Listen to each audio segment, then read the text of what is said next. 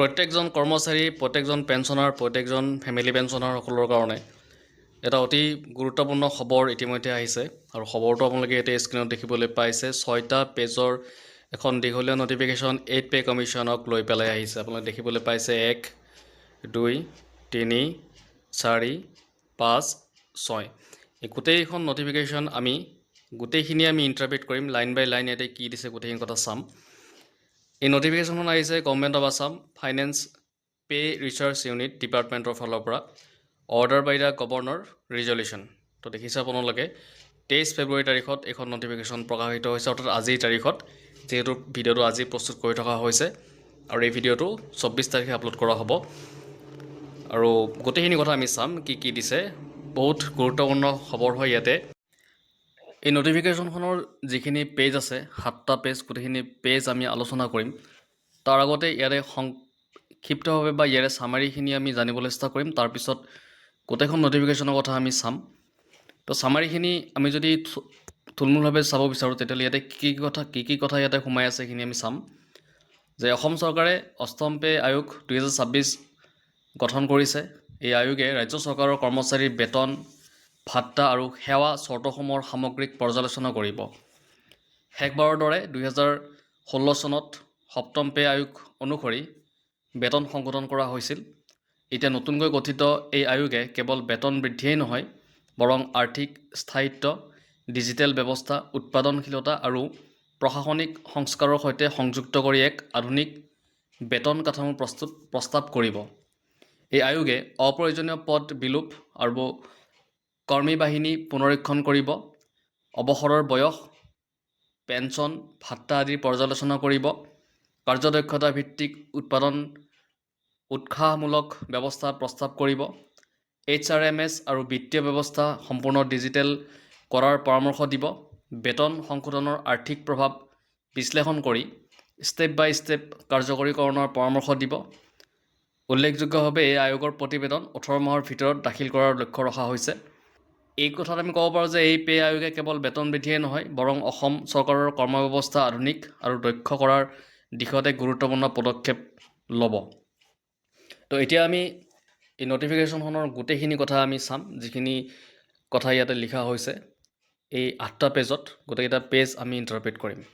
অসম চৰকাৰে কিছুদিন ধৰি চৰকাৰী কৰ্মচাৰীৰ বেতন ভাত্তাৰ গাঁথনিৰ এক সমগ্ৰ পৰ্যালোচনাৰ বিষয়ে বিবেচনা কৰি আহিছে, যি শেষবাৰৰ বাবে 1 এপ্ৰিল 2016 তাৰিখৰ পৰা 7ম অসম পে আৰু উৎপাদনশীলতা পে আয়োগৰ পৰামৰ্শ অনুসৰি সংশোধন কৰা হৈছিল। চৰকাৰ আৰ্থিক স্থায়িত্ব শক্তিশালী কৰা, সেৱা প্ৰদানৰ ফলাফল উন্নত কৰা আৰু প্ৰশাসনিক দক্ষতা বৃদ্ধি কৰাৰ প্ৰতি প্ৰতিশ্ৰুতিবদ্ধ। চৰকাৰে বিবেচনা কৰে যে বেতন গাঁথনিৰ সংশোধন মানৱ সম্পদ ব্যৱস্থাপনা, প্ৰযুক্তি গ্ৰহণ, ফলাফল ভিত্তিক শাসন আৰু কৰ্ম বাহিনীৰ যুক্তিসংগতকৰণৰ সৈতে গাঁঠি থাকিব লাগিব। চৰকাৰে আৰু বিবেচনা কৰে যে জনসেৱা প্ৰদানত ডিজিটেল প্ৰযুক্তিৰ পদ্ধতিগত প্ৰয়োগ, মানৱ সম্পদ ব্যৱস্থাপনা ব্যৱস্থা অৰ্থাৎ HRMSক বিত্তীয় ব্যৱস্থাপনা ব্যৱস্থাৰ সৈতে একত্ৰীকৰণ, পৰিমাপযোগ্য কাৰ্যদক্ষতাৰ মানদণ্ড আৰু লক্ষ্যভিত্তিক প্ৰশিক্ষণৰ জৰিয়তে প্ৰতিজন কৰ্মচাৰীৰ উৎপাদনশীলতা বৃদ্ধি কৰিব পাৰি, য'ত উৎসাহমূলক ব্যৱস্থা প্ৰৱৰ্তন কৰা হ'ব। সেইবোৰ স্পষ্টভাৱে সংজ্ঞায়িত আৰু পৰিমাপযোগ্য মানদণ্ডৰ সৈতে সংযুক্ত থাকিব আৰু ৰাজ্যৰ আৰ্থিক সক্ষমতা আৰু Assam fiscal responsibility and budget management act 2005ৰ বিধানসমূহৰ সৈতে সংগতিপূৰ্ণ হ'ব। এই অনুসাৰে অসমৰ ৰাজ্যপাল মহোদয়ে 8ম অসম পে আয়োগ 2026 গঠন কৰিবলৈ সন্তোষ হৈছে, যাৰ সদস্যসকল হ'ল, ইয়াতে ক্ৰমিক নম্বৰ আছে আৰু তেওঁলোকৰ পদবীৰ নাম আৰু তেওঁলোকৰ পদ আপুনি দেখিবলৈ পাইছে। নম্বৰ 1ত শ্ৰী সুভাষ চন্দ্ৰ দাস IAS, তেওঁ অধ্যক্ষ। নম্বৰ 2ত দিছে জ্যেষ্ঠতম সচিব কাৰ্মিক বিভাগ, তেওঁ সদস্য। জ্যেষ্ঠতম সচিব ARTPPG বিভাগ, সদস্য। জ্যেষ্ঠতম সচিব বিত্ত বিভাগ, সদস্য। LR কমিশনাৰ আৰু বিশেষ সচিব ন্যায় বিভাগ সদস্য, বিশেষ সঞ্চালক বিত্ত বাজেট বিভাগ অথবা জ্যেষ্ঠতম সচিব বিত্ত বিভাগৰ মনোনীত ব্যক্তি সদস্য। তাৰপিছত প্ৰফেচৰ ৰাতুল মহন্ত গুৱাহাটী বিশ্ববিদ্যালয়ৰ বিশেষ আমন্ত্ৰিত সদস্য। তাৰপিছত সচিব বিত্ত PRU বিভাগ, সদস্য সচিব কাৰ্যক্ষেত্ৰ টাৰ্মছ অফ ৰেফাৰেঞ্চ। এতিয়া টাৰ্মছ অফ ৰেফাৰেঞ্চৰ আগতে কি লিখি চাম। আয়োগে বেতন সংশোধনক গাঁথনিক সংস্কাৰ, আৰ্থিক সাহিত্য ডিজিটেল ৰূপান্তৰ, কৰ্মী বাহিনী সৰ্বোত্তম ব্যৱহাৰ আৰু ফলাফল ভিত্তিক শাসনৰ সৈতে সংযুক্ত কৰি এক সংস্কাৰমুখী আৰু সামগ্ৰিক দৃষ্টিভংগী গ্ৰহণ কৰিব। পৰীক্ষাৰ পৰিসৰ। ৰাজ্য চৰকাৰৰ কৰ্মচাৰীৰ বেতন আৰু সেৱা চৰ্তৰ গাঁথনি পৰ্যালোচনা কৰিব, কিন্তু নিম্নোক্ত শ্ৰেণীসমূহ বাদ দি। ইয়াতে দিছে অল ইণ্ডিয়া ছাৰ্ভিচৰ বিষয়াসকল, degree college, engineering college, medical college, nursing college, Ayurvedic college, pharmacy প্ৰতিষ্ঠান, পলিটেকনিক আৰু অন্যান্য অধিসূচিত প্ৰতিষ্ঠানত UGC AICTE কাৰিকৰী বেতন স্কেল গ্ৰহণ কৰা পদসমূহ। চেত্ৰী আয়োগ SNJPC ৰ পৰামৰ্শ অনুসৰি বেতন গ্ৰহণ কৰা ন্যায়িক সেৱাৰ বিষয়াসকল, বেতন গাঁথনি আৰু আৰ্থিক স্থায়িত্ব ন্যায্য, কাৰ্যদক্ষতা ভিত্তিক আৰু আৰ্থিকভাৱে স্থায়ী বেতন ভাত্তা আৰু সেৱা চৰ্তৰ সংশোধনৰ পৰামৰ্শ প্ৰদান কৰিব নিম্নলিখিত বিষয়সমূহ পৰ্যালোচনা কৰি। ইয়াতে ভালেকেইটা পৰ্যালোচনা দি দিছে। তো একত দিছে অসমৰ বেতন গাঁথনিৰ ঐতিহাসিক বিকাশ, নম্বৰ 2 দিছে ৰাষ্ট্ৰীয় আৰু ৰাজ্যিক স্তৰত প্ৰচলিত মেক্ৰ' অৰ্থনৈতিক পৰিস্থিতি, নম্বৰ C দিছে উন্নয়ন পৰিকল্পনা আৰু নিয়োগ বৃদ্ধিৰ প্ৰস্তাৱ, তাৰপিছত দিছে ৰাজ্যৰ ৰাজহ সম্পদ আৰু মধ্যম্যাদী আৰ্থিক কাঠামো, অষ্টম কেন্দ্ৰীয় পে আয়োগৰ পৰামৰ্শ যেতিয়া উপলব্ধ হ'ব, Assam fiscal responsibility and budget management act 2005 বিধান, বিকল্প কাৰ্যকৰীকৰণ পৰিস্থিতিত বছৰভিত্তিক আৰ্থিক প্ৰভাৱ, তাৰপিছত নগদ প্ৰবাহ ব্যৱস্থাপনাৰ ঋণ স্থায়িত্ব সূচকসমূহ। আয়োগে প্ৰয়োজন অনুসৰি ধাপে ধাপে কাৰ্যকৰীকৰণৰ পৰামৰ্শসমূহ বিস্তৃত আৰ্থিক প্ৰভাৱ বিশ্লেষণ প্ৰদান কৰিব। শূন্যভিত্তিক কৰ্মী বাহিনী পৰ্যালোচনা আৰু সাংগঠনিক সংস্কাৰ। ইয়াতো ভালেকেইটা পইণ্ট দি দিছে।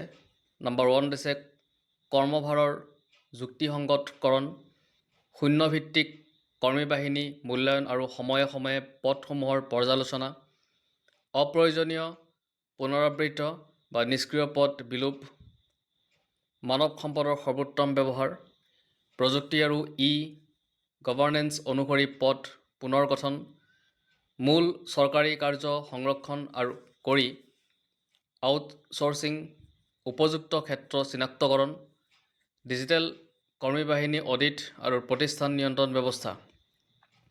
এতিয়া আহিলে ভাত্তা আৰু সেৱা চৰ্ত পৰ্যালোচনা। অৱসৰৰ বয়স, মৃত্যুৰ পিছত অৱসৰৰ সুবিধা, বিশেষ ভাত্তা, ক্ষতিপূৰণ আৰু কঠিন পৰিস্থিতি ভাত্তা, চিকিৎসা সুবিধা, ভ্ৰমণ আৰু দৈহিক ভাত্তা, বছৰত চৰকাৰী বন্ধৰ সংখ্যা, অন্যান্য সংশ্লিষ্ট বিষয়। তাৰপিছত পেঞ্চন আৰু ডিয়াৰনেছ ভাত্তা কাঠামো। ভোক্তা মূল্য সূচকৰ পৰিৱৰ্তনৰ সৈতে সম্পৰ্কিত ৰাজ্য চৰকাৰৰ পেঞ্চনাৰ আৰু পৰিয়াল পেঞ্চনাৰৰ বাবে মহাৰ্ঘ ভাত্তা আৰু পেঞ্চন সংশোধনৰ নীতি পৰ্যালোচনা কৰিব। আধুনিক বেতন কাঠামো। এনে এক আধুনিক পাৰিশ্ৰমিক কাঠামো পৰামৰ্শ দিব যে ইয়াতে ভালেকেইটা পইণ্ট দি দিছে। নম্বৰ 1 যোগ্য প্ৰতিভা আকৰ্ষণ আৰু ধৰি ৰাখিব। 2 দিছে দক্ষতা, দায়িত্ববোধ আৰু সততা উন্নত কৰিব, দক্ষতা ভিত্তিক মানৱ সম্পদ বিকাশ সমৰ্থন কৰিব, ডিজিটেল সঁজুলি আৰু পৰিমাপযোগ্য ফলাফল উৎসাহিত কৰিব, দক্ষতা আৰু কৰ্মজীৱনৰ অগ্ৰগতিৰ সামঞ্জস্য বজাই ৰাখিব, উলম্ব আৰু আনুভূমিক ক্ষমতা নিশ্চিত কৰিব, কাৰ্যদক্ষতা সংযুক্ত উৎসাহমূলক ব্যৱস্থা বিভাগ ভিত্তিক KPIৰ ওপৰত আধাৰিত ডিজিটেল ডেশ্ববৰ্ডেৰে পৰিমাপযোগ্য আৰু উৎপাদনশীলতা উৎসাহিত কৰা নীতি প্ৰস্তাৱ কৰিব আৰু যি স্বয়ংক্ৰিয় অধিকাৰ সৃষ্টি নকৰিব আৰু ৰাজ্যৰ আৰ্থিক সক্ষমতাৰ সৈতে সংগতিপূৰ্ণ থাকিব। 8 নম্বৰত ইয়াতে দিছে HR ডিজিটাইজেশ্যন আৰু ব্যৱস্থা একত্ৰীকৰণ। ইয়াতে ক'ত দিছে সেৱা নথিপত্ৰ আৰু পে'ৰোল সম্পূৰ্ণ ডিজিটেলাইজেশ্যন। HRMSৰ সৈতে ট্ৰেজাৰী আৰু ইণ্টিগ্ৰেটেড ফাইনেন্সিয়েল মেনেজমেণ্ট ছিষ্টেমৰ একত্ৰীকৰণ। বাস্তৱ সময়ত ছুটি, পদোন্নতি, পেঞ্চন আৰু বেতন অনুসৰণ। তাৰপিছত দিছে আপাৰ আৰু ডিজিটেল কাৰ্যদক্ষতা নিৰীক্ষণ। তাৰপিছত দিছে স্বচ্ছতা আৰু অনিয়ম প্ৰতিৰোধ ব্যৱস্থা। এতিয়া আহিলে চুক্তিভিত্তিক আৰু আঁচনি কৰ্মচাৰী। চুক্তিভিত্তিক কৰ্মচাৰী, আঁচনিভিত্তিক কৰ্মী, সমাজ সঞ্চালকালয় SPV আৰু বাহ্যিক সময়ত প্ৰকল্প ইউনিটসমূহৰ পাৰিশ্ৰমিক নিৰ্ধাৰণৰ নীতি প্ৰদান কৰিব, নিয়মীয়া কৰ্মচাৰীৰ সৈতে স্বয়ংক্ৰিয় ক্ষমতা সৃষ্টি নকৰাকৈ। নমনীয় আৰু আধুনিক কৰ্ম পদ্ধতি, নমনীয় কৰ্মব্যৱস্থা, ডিজিটেল উপস্থিতি ব্যৱস্থা আৰু ফলাফল ভিত্তিক কৰ্ম মডেল পৰ্যালোচনা কৰিব। বকেয়া আৰু কাৰ্যকৰীকৰণৰ পদ্ধতি, বেতন সংশোধনৰ ফলত উদ্ভৱ হোৱা বকেয়া পৰিশোধৰ ধাপসমূহৰ আৰু আৰ্থিক স্থায়িত্বৰ সৈতে সংগতিপূৰ্ণ কাৰ্যকৰীকৰণ পদ্ধতিৰ পৰামৰ্শ দিব। অন্যান্য বিষয় চৰকাৰে বিশেষভাৱে প্ৰেৰণ কৰা অন্যান্য বিষয়সমূহ পৰ্যালোচনা কৰিব। পদ্ধতি আয়োগে নিজস্ব পদ্ধতি নিৰ্ধাৰণ কৰিব পাৰে আৰু প্ৰয়োজন অনুসাৰে উপদেষ্টা আৰু বিশেষজ্ঞ নিয়োগ কৰিব পাৰে। সকলো চৰকাৰী বিভাগে প্ৰয়োজনীয় তথ্য আৰু সহায় প্ৰদান কৰিব। কাৰ্যালয় আৰু কাৰ্যকাল আয়োগৰ মুখ্য কাৰ্যালয় গুৱাহাটী, অসমত থাকিব। গঠনৰ তাৰিখৰ পৰা 18 মাহৰ ভিতৰত প্ৰতিবেদন দাখিল কৰিব লাগিব। চৰকাৰৰ দ্বাৰা বৃদ্ধি নকৰিলে আদেশ। এই প্ৰস্তাৱ অসম গেজেটত প্ৰকাশ কৰাৰ আদেশ দিয়া হ'ল। ইয়াৰ এটি অনুলিপি সকলো চৰকাৰী বিভাগীয় মুৰব্বী, জিলা আয়ুক্ত, সহ-জিলা আয়ুক্ত আৰু মহকুমা বিষয়ালৈ প্ৰেৰণ কৰাৰ আদেশ দিয়া হ'ল।